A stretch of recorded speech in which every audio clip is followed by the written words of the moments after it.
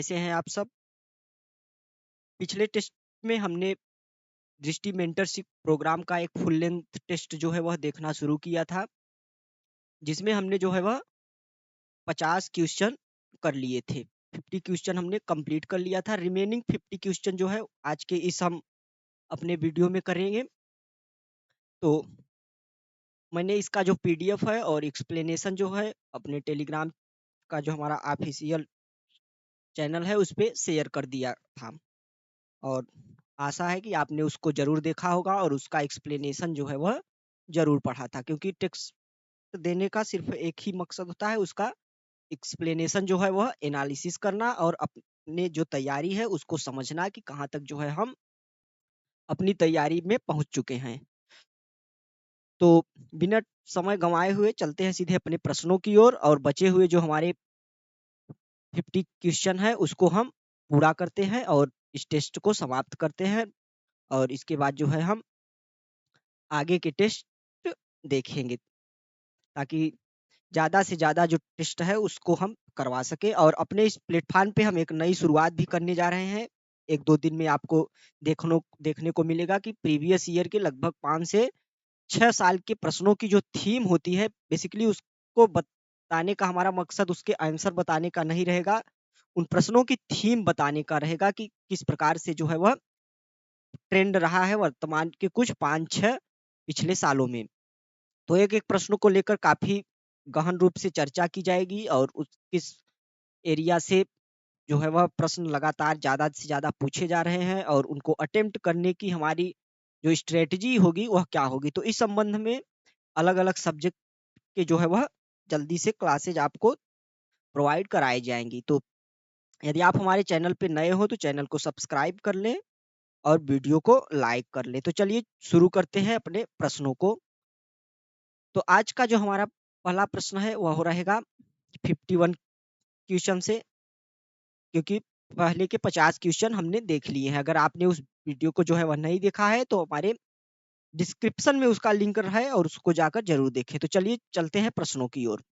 तो आज का पहला प्रश्न है, सुपोषण के संदर्भ में निम्नलिखित कथनों पर विचार कीजिए। सुपोषण आप अंग्रेजी के शब्द जो है वह ज़रूर देख लिया करिए। सुपोषण यहाँ पे आप देख सकते हैं, सुपोषण का मतलब यूट्रिफिकेशन, यूट्रिफिकेशन अंग्रेजी के शब्द जो है वह ज़रूर देखा करिए। तो यूट्रिफिकेशन के संदर्भ में जो है वह प्रश्न है, तो पहला स्टेटमेंट बोल रहा है, यह मुख्य रूप से कृषि भूमि से झीलों या नदियों में फास्फेट और नाइट्रेट युक्त उर्वरक के निक्षालन के कारण होते हैं। नेक्स्ट स्टेटमेंट है, इसकी भौगोलिक पहचान हरे शैवाल की वृद्धि के रूप में देखी जाती है। इसके कारण शैवाल प्रस्फुटन होता है। तो इस संबंध में यह दोनों प्रश्न हमारे सही हैं। यूट्रिफिकेशन जो होता है यदि उसकी बात करें तो यह मुख्य रूप से कृषि भूमि में झीलों या नदियों में जो फास्फेट या नाइट्रोजन उर्वरक जो जो उर्वरक जो होते हैं वह पहुंच जाते हैं नदियों के माध्यम से बड़े-बड़े जो हमारे जलाशय होते हैं, और उनमें क्या होता है कि उनमें सुपोषण की स्थिति देखी जाती है, जिसमें जो है वह शैवाल इत्यादि की भारी मात्रा में वृद्धि हो जाती है। जिसे क्या बोला जाता है, जब भारी मात्रा में शैवाल हो जाते हैं तो उसको शैवाल प्रस्फुटन बोला जाता है।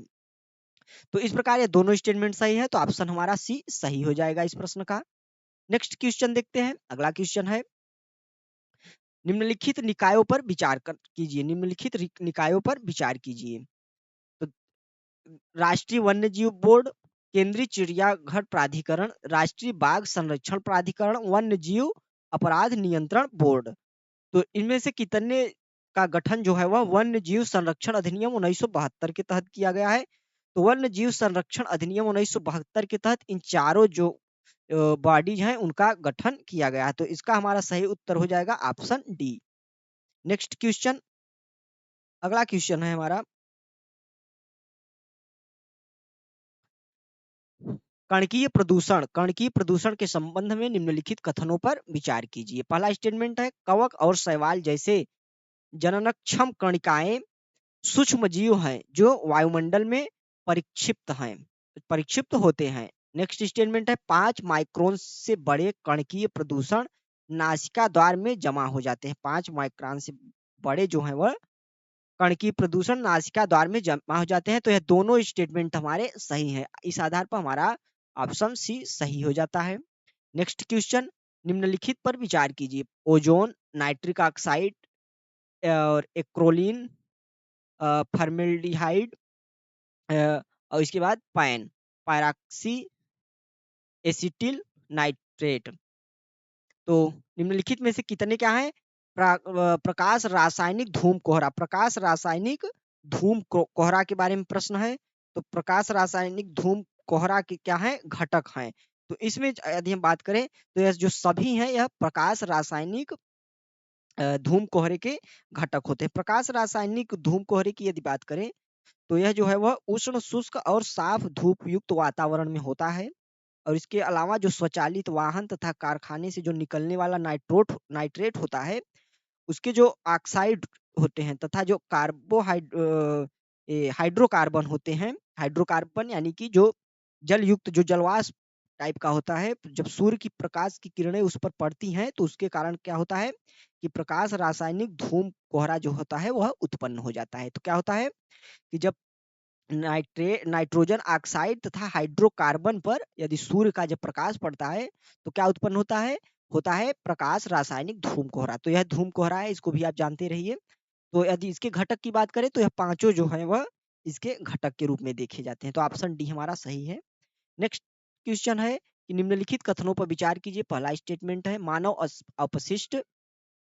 अपशिष्ट में एसरिकिया कोली, स्ट्रेटोकार्पस, फेकेलिस फेकेलिस आदि जीवाणु होते हैं जो जठर तंत्र संबंधी रोगों के कारण होते हैं। जठर संबंधी रोगों के कारण होते हैं। दूसरे स्टेटमेंट की बात करें तो यदि जल में वियोजित ऑक्सीजन की सांद्रता 6 भाग प्रति मिलियन से अधिक हो जाए तो मछलियों का जो है वह विकास संदमित हो जाता है। संदमित इस प्रकार के प्रश्न आपके सामने आए तो उसका एक बार जो है वह अंग्रेजी वर्जन जो है वह जरूर देखिएगा। तो जो ग्रोथ ऑफ फिश है क्या हो जाता है? इनहाइबिटेड हो जाता है, यानी कि अपने घरों को जो है वह क्या करने लगते हैं? छोड़ने लगती हैं।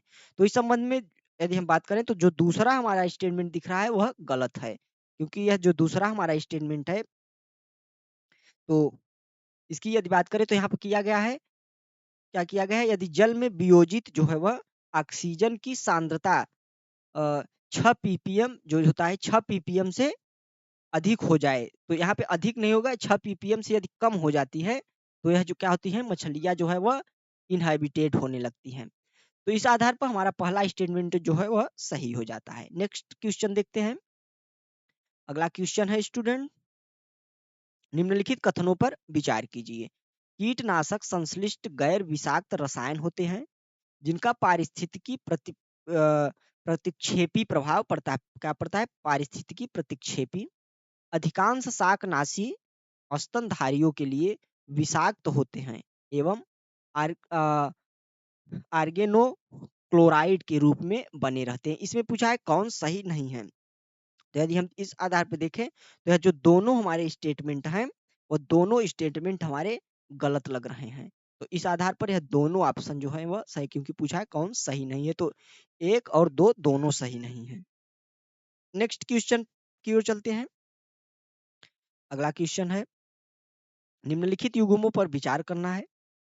रसायन और आरक्षितता के स्रोत। यहाँ पे इसका अंग्रेजी वर्जन देखते हैं तो क्या दिया रहा है? कौन सा प्रश्न है? 57। Source of exposure. तो इसको देखते हैं तो कैडमियम कैडमियम कहाँ से आता है? कैडमियम की यदि हम बात करें तो है कीटनाशक। कैडमियम जो है वह कीटनाशक इत्यादि में जो है वह होता है। इसके अलावा यह जिंक के साथ जो मिश्रित धातुएं होती हैं, विद्युत लेपन और बैटरी इत्यादि में भी कैडमियम का उपयोग किया जाता है। तो कीटनाशकों में भी होता है। इसके अलावा हाइड्रोफ्लोरो जो एसिड होता है, हाइड्रोफ्लोरो एसिड की यदि हम बात करें तो यह निक्षारण, हाइड्रोफ्लोरो एसिड जो है वह निक्षारण में होता है। नेक्स्ट है जो ओजोन पेपर या विरंजन में होता है, विरंजन। इसके अलावा लिथियम हाइड्राइड, तो मृतिका शिल्प। तो ये चारों जो हमारे हैं युग्म वह सुमेलित है, तो इस आधार पर हमारा ऑप्शन जो है वह डी सही हो जाएगा। नेक्स्ट क्वेश्चन, निम्नलिखित कथनों पर विचार कीजिए, निम्नलिखित कथनों पर विचार कीजिए। पहला स्टेटमेंट है, वन्य जीवों की आनुवंशिक विविधता का अध्ययन करने के लिए जैव जैव जैव आमापन का प्राथमिक रूप से उपयोग किया जाता है। जैव आमापन का प्राथमिक रूप से उपयोग किया जाता है।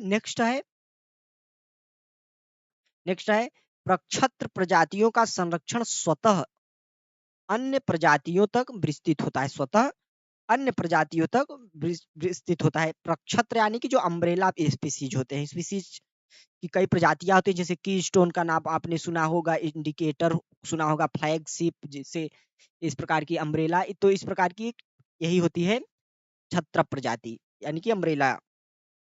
तो दूसरा स्टेटमेंट मेरा सही है, जबकि पहला स्टेटमेंट जो दिया गया है वह गलत है, तो इस आधार पर ऑप्शन बी सही होगा। नेक्स्ट क्वेश्चन देखते हैं कि संरक्षण आरक्षित के संदर्भ में, संरक्षण आरक्षित के संदर्भ में निम्नलिखित कथनों पर विचार कीजिए। संरक्षण आरक्षित यानी कि जो वो संरक्षण आरक्षित को हम क्या बोल सकते हैं अंग्रेजी में? संरक्षण आरक्षित को देखते हैं अंग्रेजी में क्या कहा गया है। तो कंजर्वेशन रिजर्व जो होते हैं, कंजर्वेशन रिजर्व जो होते हैं, तो इस संबंध में जैसे कि 2023 पीटी में भी कम्युनिटी रिजर्व के संबंध में प्रश्न आया था, तो काफी इंपॉर्टेंट इन्वायरमेंट का जो सबसे इंपॉर्टेंट टॉपिक की बात करें तो उनमें से एक होता है वाइल्ड लाइफ जो कंजर्वेशन होता है, उससे संबंधित जो है वह प्रश्न आते ही आते हैं, तो इसलिए यह टॉपिक हमें मजबूत करना चाहिए। और अभी हम जब सेक्शनल प्रीवियस ईयर के प्रश्न देखेंगे अलग अलग सब्जेक्ट के, तो उसमें काफी जो है वह कॉम्प्रिहेंसिवली एनालिसिस किया जाएगा।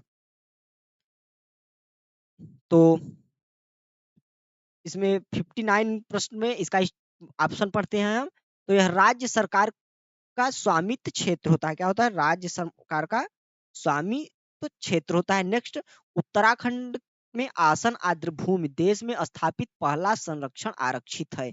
तो दूसरा स्टेटमेंट जो है हमारा वह गलत है, पहला स्टेटमेंट तो सही है। दूसरा स्टेटमेंट जो है वो गलत है, क्योंकि तिरुनेलवेली जो है वह तमिलनाडु में तिरुप्पा तिरुप्पा दाईमारथुर दाईमारथुर संरक्षण आरक्षित जो है वह देश में स्थापित पहला संरक्षण आरक्षित क्षेत्र है। तिरुनेलवेली तमिलनाडु में है, तो उस पर पहला आरक्षित क्षेत्र है, तो दूसरा स्टेटमेंट गलत है। इस आधार पर ऑप्शन ए हमारा सही होता है। नेक्स्ट क्वेश्चन देखते हैं। अगला क्वेश्चन है हमारा, ब्लैक कार्बन के संदर्भ में निम्नलिखित कथनों पर विचार कीजिए। ब्लैक कार्बन के संदर्भ में निम्नलिखित कथनों पर विचार कीजिए।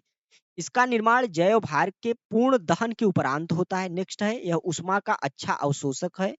बर्फ तथा हिम पर निक्षेपित होने पर यह अल्बिडो को कम कर देता है, अल्बिडो को कम कर देता है। तो हमारा पहला स्टेटमेंट यहाँ पे गलत होता है, दूसरा और तीसरा सही है, तो इस आधार पर ऑप्शन बी सही हो जाता है।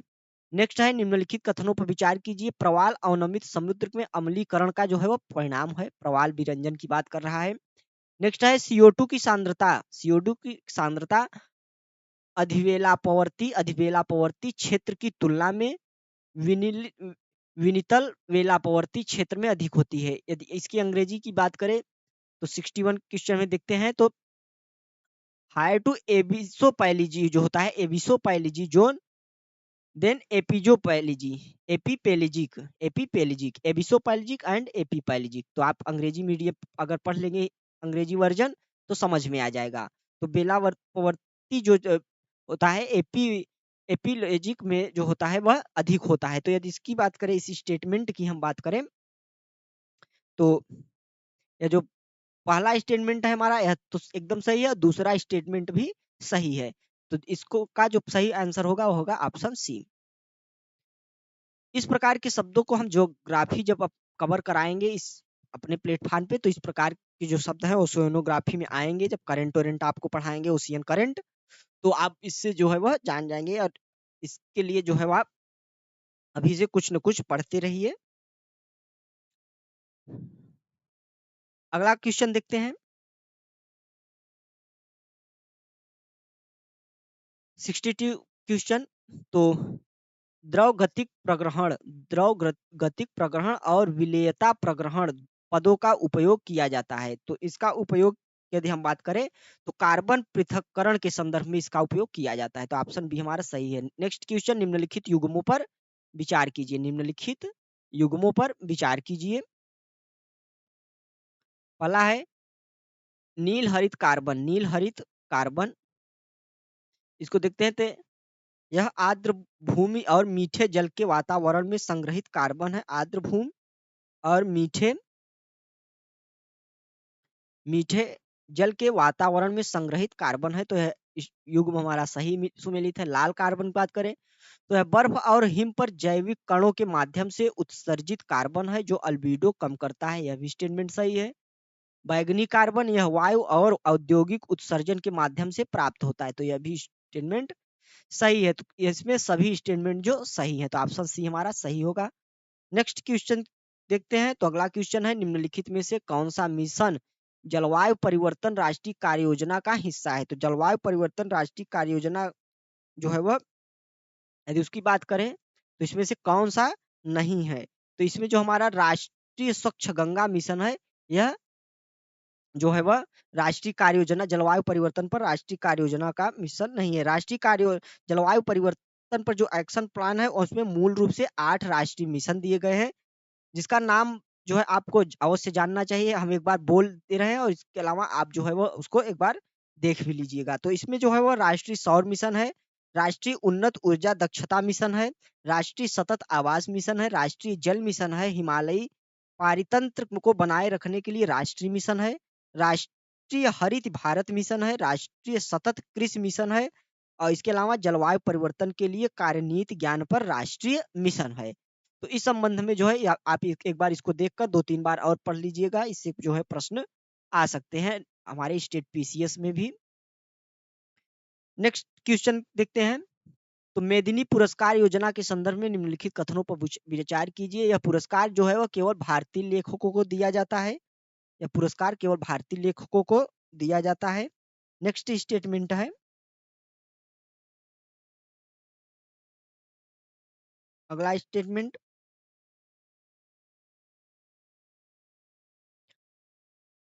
लेखक का कार्य मौलिक होना चाहिए और भारत की किसी भी अनुसूचित भाषा में रचित होना चाहिए। किसी भी अनुसूचित भाषा में रचित होना चाहिए। नेक्स्ट है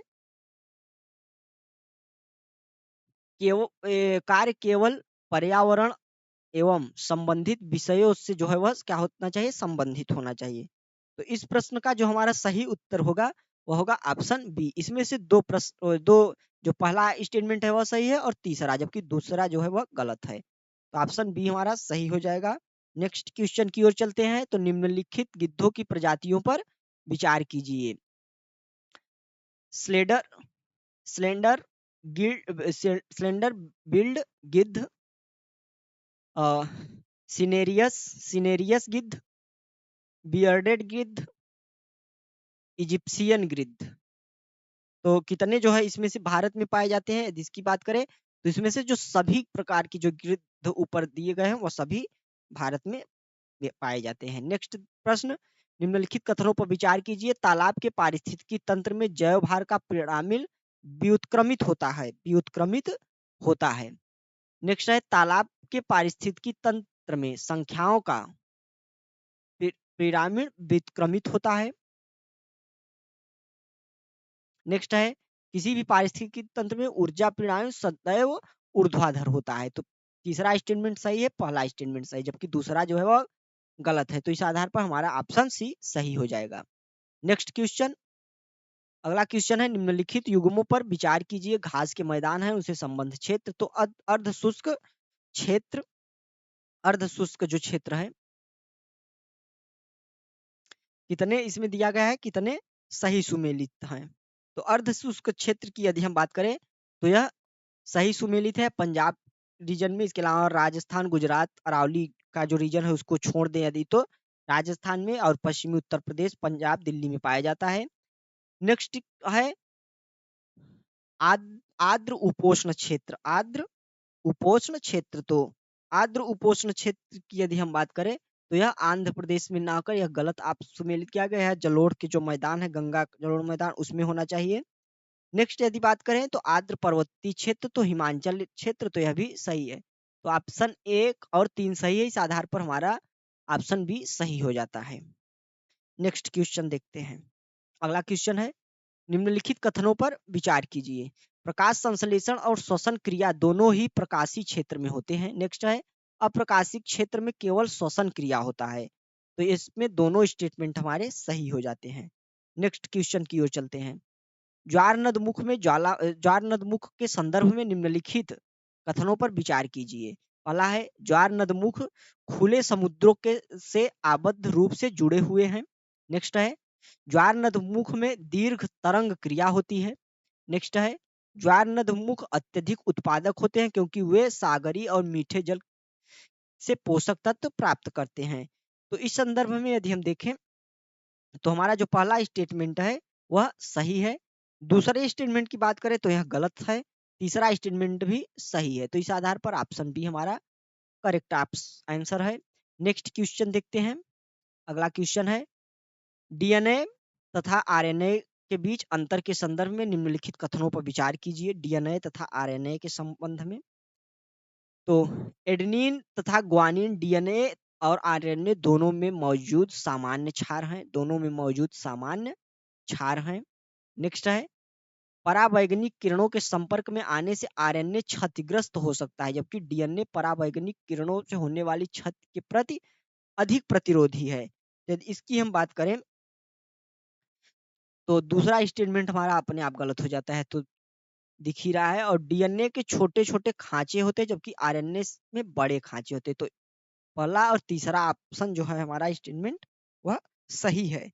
तो इस आधार पर हमारा ऑप्शन यदि देखें तो ऑप्शन यहाँ पे ऊपर दिया गया है, तो ऑप्शन एक हमारा ए सही हो जाता है। अब चलते हैं नेक्स्ट प्रश्न की ओर। अगला प्रश्न है, प्रकाश संश्लेषण के संदर्भ में निम्नलिखित कथनों पर विचार कीजिए। पहला स्टेटमेंट है, यदि सूर्य के प्रकाश की तीव्रता संतृप्त बिंदु से अधिक बढ़ जाती है तो प्रकाश संश्लेषण कम हो जाता है।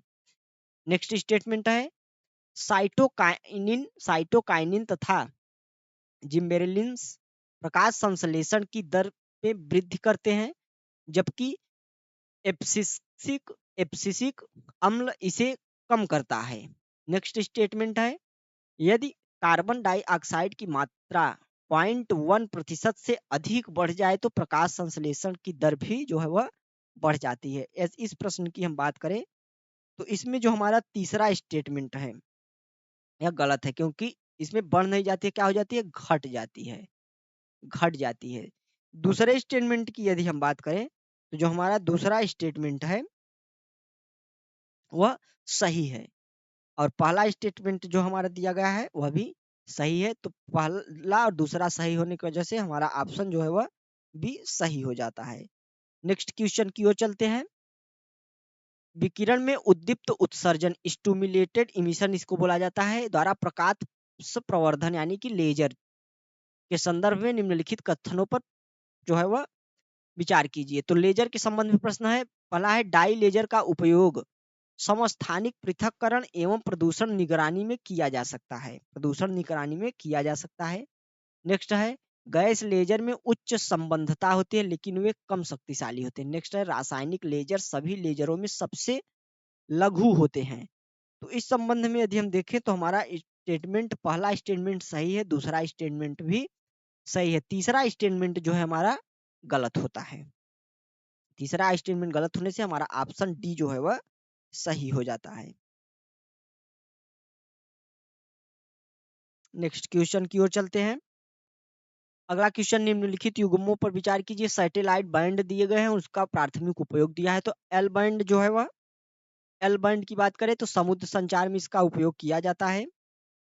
इसके अलावा एस बैंड तो मौसम राडार सही सुमेलित है। सी बैंड टीवी नेटवर्क यह भी सही सुमेलित है। कू बैंड उपग्रह संचार यह भी सही है। तो चारों युग्म जो हमारे सही है, तो ऑप्शन डी हमारा सही हो जाता है। नेक्स्ट क्वेश्चन 75 क्वेश्चन हमारा, इसको देखते हैं। तो पहला 75 क्वेश्चन हमारा है, निम्नलिखित विचार निम्नलिखित पर विचार करना है। लक्ष्य, निशांत, ध्रुव, तेजस, रुस्तम, निम्नलिखित में से कितने जो है वह मानव रहित हवाई वाहन है? तो मानव रहित हवाई वाहन की बात करें तो इसमें से 3 जो है हमारे मानव रहित जो है वह हवाई वाहन है। 3 जो है वो क्या है? मानव रहित हवाई वाहन है। यदि इसकी हम बात करें मानव रहित हवाई वाहन की, तो मानव रहित हवाई वाहन एक प्रकार का आप समझ सकते हैं ड्रोन के रूप में। जैसे ड्रोन होता है तो उस संबंध में भी इसको समझा जा सकता है। मानव हवाई वाहन में यदि हम देखें तो इसमें निशांत हमारा जो 3 है उसमें निशांत शामिल है। देन उसके बाद रुस्तम शामिल है, और रुस्तम के बाद यदि हम बात करें तो पंक्षी एक प्रकार का जो है वह हवाई वाहन ही है। और निशांत हो गया, इसमें रुस्तम हो गया, और तेजस यदि जो हमारे यहाँ पर दिया गया है तो तेजस जो है वह एक क्या है? यह लाइट कॉम्पैक्ट एयरक्राफ्ट है, तो यह ऑप्शन हमारा गलत होता है। जबकि ध्रुव भी एक क्या है? ध्रुव क्या है? एक ध्रुव भी एक हेलीकॉप्टर है, इस प्रकार का। और यदि इसमें हम बात करें तो ये जो हमारा लक्ष्य है यह भी एक मानव रहित है, तो इसमें जो है वह हमारा ऑप्शन बी सही होता है। नेक्स्ट क्वेश्चन देखते हैं।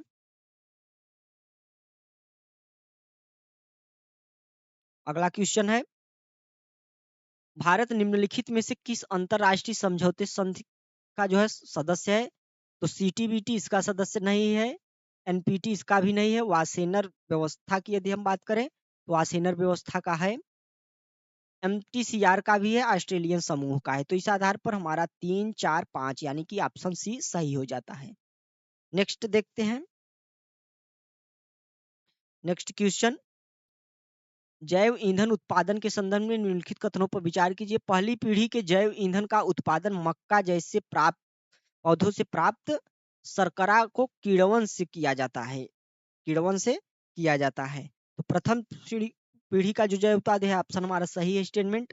नेक्स्ट है, गैर खाद्य फसलों से उत्पादित दूसरी पीढ़ी के जैव ईंधन को जिसमें सेल्यूलोज होता है, तो है दूसरा स्टेटमेंट भी हमारा सही है। तीसरी पीढ़ी के जैव ईंधन का उपयोग कार्बन डाइऑक्साइड को अधिग्रहित करने के लिए किया जाता है। कार्बन डाइऑक्साइड को अधिग्रहित करने के लिए जो है वो किया जाता है। तो यह तीसरा जो हमारा स्टेटमेंट है गलत है, क्योंकि तीसरी पीढ़ी का जो जैव ईंधन होता है यह शैवाल जैसे सूक्ष्म जीवों से उत्पन्न होता है। नेक्स्ट है, चौथी पीढ़ी के जैव ईंधन सूक्ष्म जीवों से प्राप्त होते हैं। चौथी पीढ़ी के जैव ईंधन सूक्ष्म जीवों से प्राप्त होते हैं, तो यह भी हमारा स्टेटमेंट जो है वो क्या गलत है। उल्टा तीसरा चौथा दे दिया गया है, तो इस आधार पर हमारा ऑप्शन बी सही हो जाता है। नेक्स्ट क्वेश्चन देखते हैं। तो निम्नलिखित कथनों पर विचार कीजिए। वाईफाई 2.4 गीगाहर्ट्ज और 5 गीगाहर्ट्ज आवृत्ति बैंड की रेडियो तरंग का उपयोग करता है। नेक्स्ट है, लाईफाई वाईफाई के विपरीत विद्युत चुंबकीय हस्तक्षेप उत्सर्जित नहीं करता है। नेक्स्ट है, व्हाइट फाई एक निम्न शक्ति प्रणाली है। तो इसमें से तीनों स्टेटमेंट हमारे सही है, ऑप्शन हमारा डी सही हो जाएगा। नेक्स्ट क्वेश्चन देखते हैं। अगला क्वेश्चन है, पृथ्वी मिसाइल के विभिन्न रूपों के संदर्भ में निम्नलिखित कथनों पर विचार कीजिए। पृथ्वी 1 की मारक क्षमता 150 किलोमीटर और भार क्षमता 1000 किलोग्राम है। नेक्स्ट है, धनुष पृथ्वी मिसाइल का एक नौसैनिक संस्करण है। धनुष पृथ्वी मिसाइल का एक नौसैनिक संस्करण है। नेक्स्ट है, पृथ्वी मिसाइल के सभी प्रकार बैलिस्टिक मिसाइल हैं। तो यह जो है हमारा तीनों स्टेटमेंट सही है, तो हमारा ऑप्शन सी सही हो जाता है। Next question, side director nucleus SDN प्रौद्योगिकी के संदर्भ में निम्नलिखित कथनों पर विचार कीजिए। यह बाद के जीनोम उत्पादन को प्रभावित करने के लिए डीएनए स्ट्रैंड को विभाजित करने के अभ्यास को संदर्भित करता है। नेक्स्ट स्टेटमेंट है, अगला स्टेटमेंट है, जिंक फिंगर न्यूक्लियस और ट्रांसक्रिप्शन एक्टिवेटर लाइफ इन्फेक्टर न्यूक्लियस जिसे टेलेन कहा जाता है प्रौद्योगिकी महत्वपूर्ण एसडीएन प्रौद्योगिकियां हैं। नेक्स्ट है, यह तकनीक डीएनए के छोटे परिवर्तन लाने के लिए उपयुक्त नहीं है। डीएनए में जो है छोटा परिवर्तन लाने के लिए उपयुक्त नहीं है। तो इस संबंध में यदि हम देखें तो हमारा जो पहला ऑप्शन ए सिर्फ सही है। तो इसमें पूछा है कौन सही नहीं है, तो सिर्फ तीसरा स्टेटमेंट हमारा गलत है, बाकी दोनों सही हैं। नेक्स्ट क्वेश्चन देखते हैं। अगला क्वेश्चन है हमारा, सेल्युलर नेटवर्क प्रौद्योगिकी के विकास के संदर्भ में निम्नलिखित कथनों पर विचार कीजिए। एलटीई और ओल एलटीई दोनों चौथी पीढ़ी के सेल्युलर नेटवर्क की श्रेणी में आते हैं। नेक्स्ट है, वो एलटीई वायस काल के दौरान 4G डाटा उपयोग को अनुमति देता है। तो यह दोनों स्टेटमेंट हमारे सही हैं। और इसमें पूछा कौन सही है, तीसरा गलत है, क्योंकि सेलुलर नेटवर्क प्रौद्योगिकी के विकास के साथ प्रसारण क्षेत्र और संकेत के अंतर्वेधन में वृद्धि हुई है। तो यह गलत स्टेटमेंट है, ऑप्शन डी हमारा सही हो जाएगा। नेक्स्ट क्वेश्चन की ओर चलते हैं। अगला क्वेश्चन है, निम्नलिखित अभियानों पर विचार कीजिए, शीर्षक नाम और मुख्य विशेषताएं। तो कैसिनी ह्यूजेंस यदि इसकी बात करें, कैसिनी ह्यूजेंस, तो कैसिनी ह्यूजेंस जो है वह नेपच्यून और यूरेनस का अध्ययन करने के लिए, तो यह गलत है, क्योंकि यह किसके अध्ययन के लिए है। यदि इसकी हम बात करें तो शनि के लिए, शनि के जो है और उसकी चंद्रमाओं के, उसके सैटेलाइट जो है नेचुरल, उसके अध्ययन के लिए है। अब यदि हम बात करें किसके, तो यह स्टेटमेंट क्या है हमारा, यह युग्म गलत हो जाता है। नेक्स्ट है वाइजेयर द्वितीय की यदि हम बात करें तो क्या है, शनि ग्रह पर जाने वाला एकमात्र अंतरिक्ष यान। तो वाइजेयर द्वितीय जो है वह यह भी युग्म हमारा गलत है, क्योंकि यह जो है वह यान जो है यूरेनस और नेपच्यून दोनों ग्रहों पर पहुंचने वाला जो है अंतरिक्ष ग्रह है। तो यूरेनस और नेपच्यून के अध्ययन के लिए है, तो यह भी गलत है।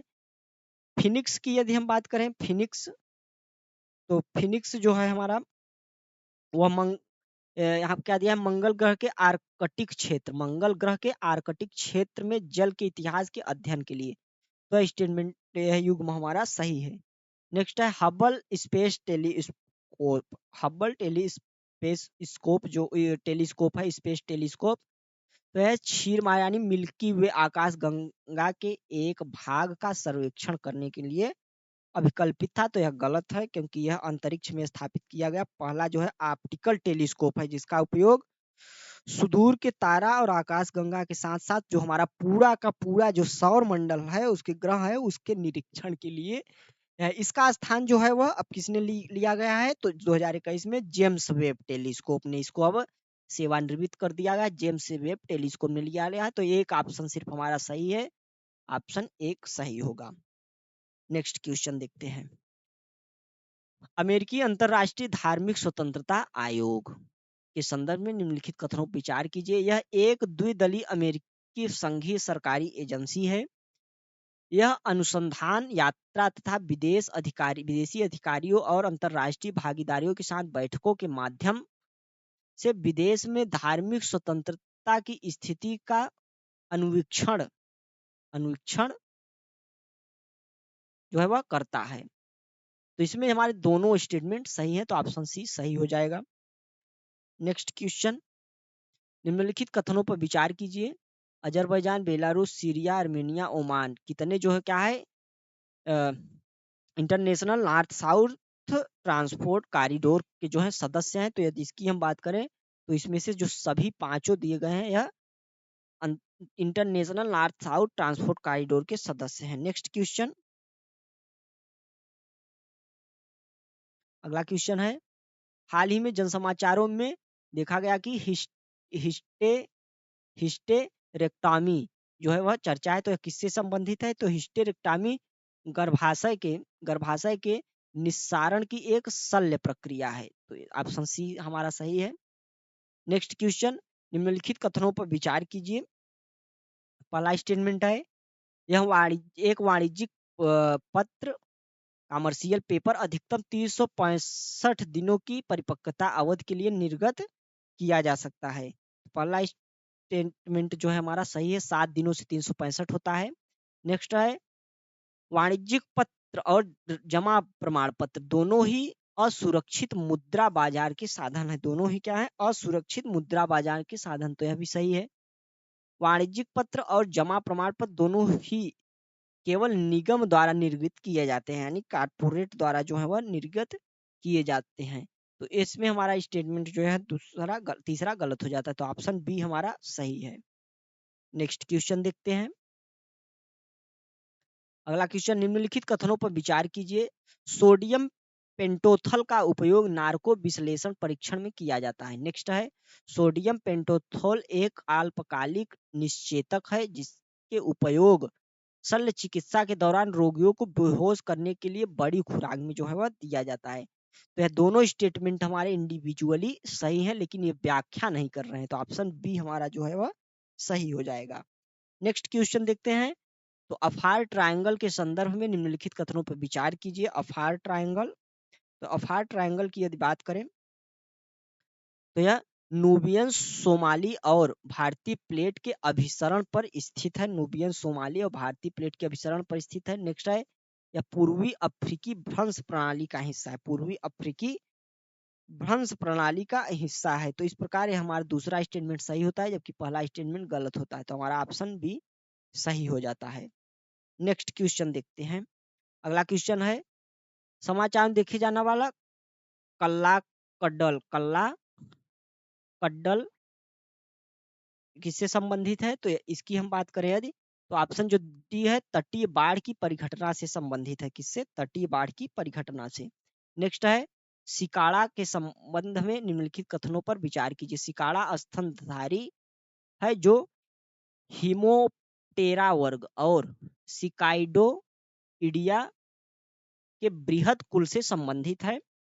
नेक्स्ट है यह अपना अधिकांश जीवन भूमिगत व्यतीत करते हैं और मुख्य रूप से सहवास के लिए मिट्टी से बाहर आते हैं। यदि इसकी बात करें तो कौन सा स्टेटमेंट सही नहीं है? तो पहला जो है हमारा गलत है, दूसरा सही है। तो ऑप्शन ए सही हो जाएगा। नेक्स्ट क्वेश्चन देखते हैं। अगला क्वेश्चन है रोगी सुरक्षा अधिकार चार्टर का विमोचन किया। तो इसका विमोचन किसने किया? तो विश्व स्वास्थ्य संगठन ने। किसने किया? तो WHO ने जो है वह रोगी सुरक्षा अधिकार चार्टर का विमोचन किया। नेक्स्ट क्वेश्चन, इंग्लिश चैनल के संदर्भ में निम्नलिखित कथनों पर विचार कीजिए। तो पहला स्टेटमेंट है यह अपने उत्तर पूर्व सिरे पर डोवर जल संधि के माध्यम से उत्तरी सागर से विभाजित होता है। पहला स्टेटमेंट सही है।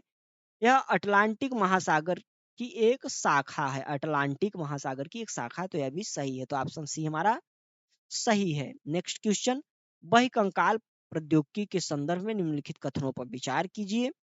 तो बहिकंकाल प्रौद्योगिकी की यदि हम बात करें तो स्टेटमेंट पढ़ते हैं। तो बहिकंकाल परिधेय उपकरण है जिसका उपयोग चिकित्सा, सैन्य और उपभोक्ता उपयोग जैसे विविध क्षेत्रों में किया जाता है। नेक्स्ट है बाल चिकित्सा बहिकंकाल गतिशीलता की समस्याओं और मेरुदंड अभिघात वाले बच्चों के लिए अभिकल्पित किए गए हैं। अब बच्चों के लिए अभिकल्पित किए गए हैं। तो इस संबंध में हमारा दोनों स्टेटमेंट सही है। तो ऑप्शन सी सही हो जाता है। नेक्स्ट क्वेश्चन देखते हैं। अगला क्वेश्चन है चागस रोग। चागस रोग के संदर्भ में निम्नलिखित कथनों पर विचार कीजिए। चागस रोग पहला है यह एक जीवाणु जनित रोग है। क्या है? यह एक जीवाणु जनित रोग है।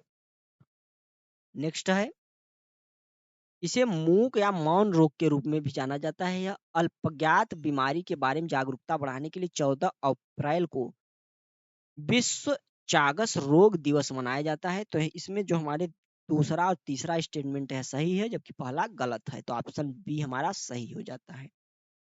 नेक्स्ट क्वेश्चन देखते हैं। तो हाल ही में जन समाचारों में रहा काखोवा बांध निम्नलिखित में से किस देश में स्थित है? तो काखोवा बांध जो कहाँ पे है? वह यूक्रेन में है।